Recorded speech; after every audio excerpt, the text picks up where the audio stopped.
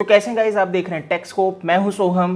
और आज जो हुआ है ना, जो भारत सरकार ने कि कदम ले लिया कि 59 चाइनीज़ ऐप्स को बैन कर दिया है। ये किसका नतीजा है?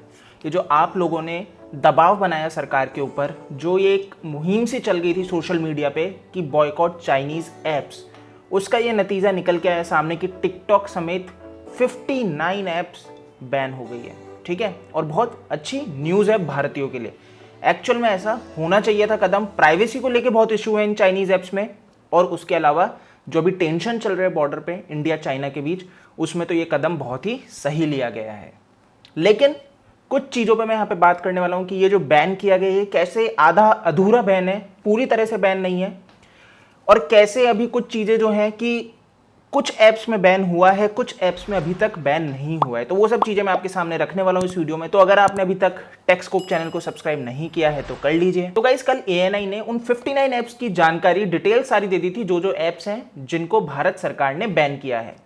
तो वो 59 ऐप्स में जो मेजर ऐप है, वो सबसे इंपॉर्टेंट जो आ जाती है, जो सबसे ज़्यादा इंडिया में तहलका मचा रही थी, टिकटॉक, उसको बैन कर दिया गया है। लेकिन बहुत सी ऐप्स हैं जो अभी भी रन कर रही हैं उन 59 ऐप्स में, और देखना रहता है कि आखिर वो क्यों रन कर रही है और क्या पूरा इशू है। अब वो 59 ऐप्स में एक ऐप आपने पढ़ी हो अगर 19th नंबर पे, जो है ब्यूटी प्लस। एक्चुअल में वो ब्यूटी प्लस है, तो आप समझ सकते हैं कि जो ये ऑफिशियल ऐसे जो होते हैं उसमें भी ये स्पेलिंग मिस्टेक कर देते हैं।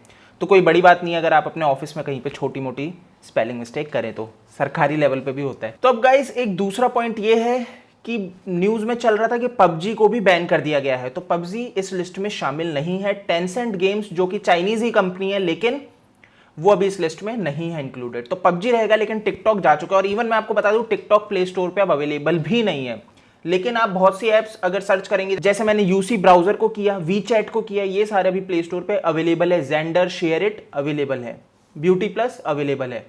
तो अब देखना ये रहता है कि ये ऐप्स हटती हैं, किस तरह से हटती है। हो सकता है थोड़ा प्रोसेस टाइम लेके हट जाए, लेकिन टिकटॉक तो जा चुकी है, ये फाइनल है। लेकिन मैंने जैसे कि स्टार्टिंग में कहा था वीडियो के कि ये एक पार्शियल बैन है, आधा अधूरा बैन है।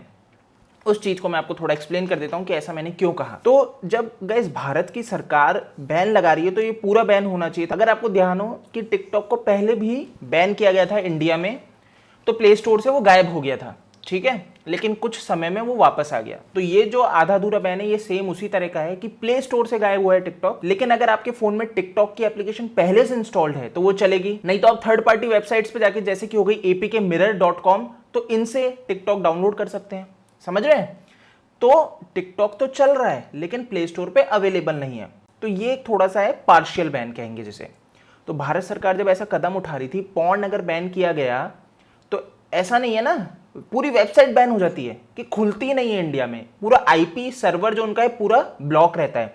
तो यही चीज यहाँ पे टिकटॉक में और इवन इन 59 ऐप्स में होनी चाहिए कि ये पूरा पार्शियल बैन हो जाए।